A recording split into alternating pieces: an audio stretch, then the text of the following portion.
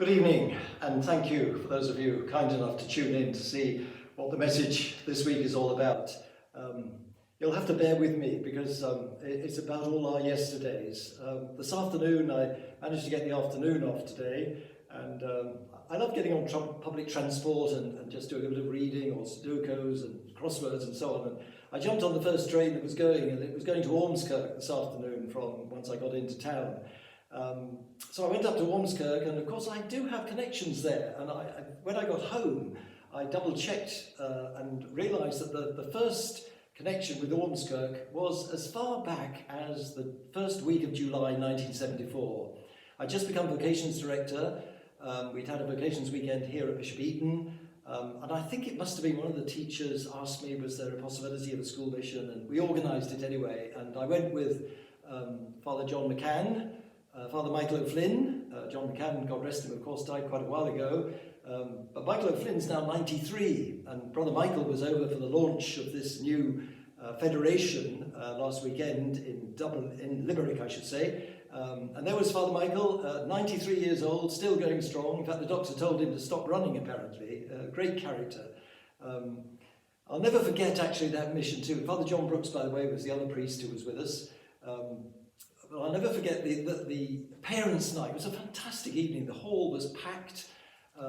I asked John McCann would he introduce us, because I knew he'd be amusing. And he was incredibly funny. He thought of something to say about all of us. And for me, he said, now Father Timothy, he said, just those of you who understand these things, he said, he's our vocations director. I suppose the best way to describe it is he's kind of a regimental recruiting officer.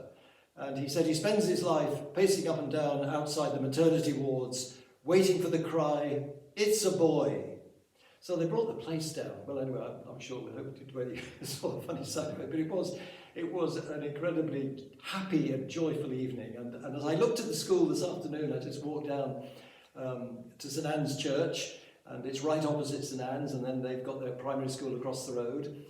More recently, in 2010, I had the pleasure of giving a parish mission in St Anne's. Father Godric, whom I got to know some years before when he was chair of the National Conference of Priests, he'd invited, who's now Bishop Ralph, and me to give this mission. Of course, Ralph by that time had become Bishop of Gibraltar, so I looked after it myself. It was a very happy experience again, and in fact, it began on the Saturday that Pope Benedict was in London celebrating Mass at Westminster Cathedral, and Godric got to that Mass because both he and I had been ordained 40 years that year, and we'd been invited to concelebrate, but I thought it would just be too much to launch a mission that evening and to get all the way down to London. So, but Godric managed it, and he was back for the start of the mission on the Saturday evening.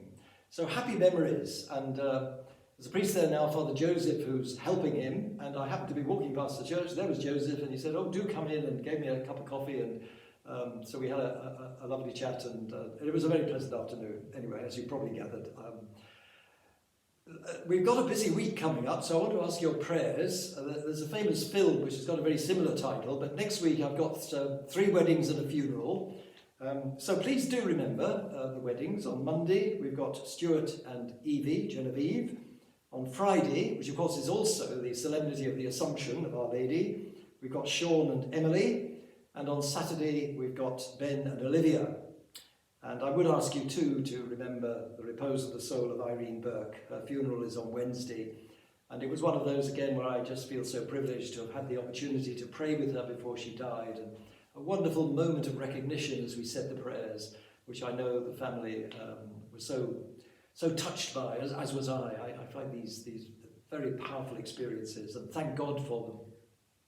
So as we prepare for another busy week, we're going to have to cope this coming week without Andrew. He's gone off today, absolutely justifiably, I can say, for his just a 10-day break, but at least he's going to have a bit of a holiday.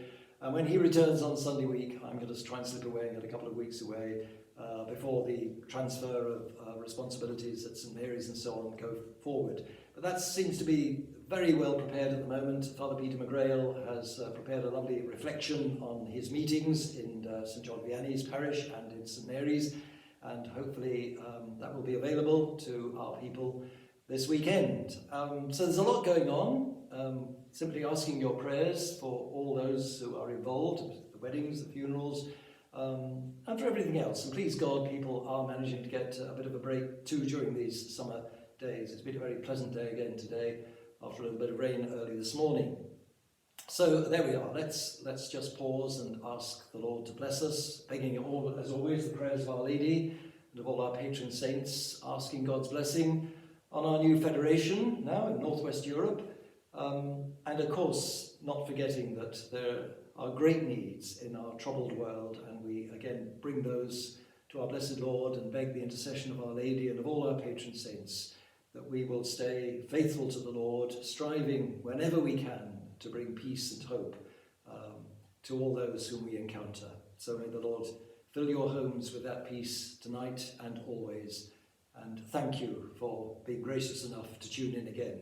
God bless you.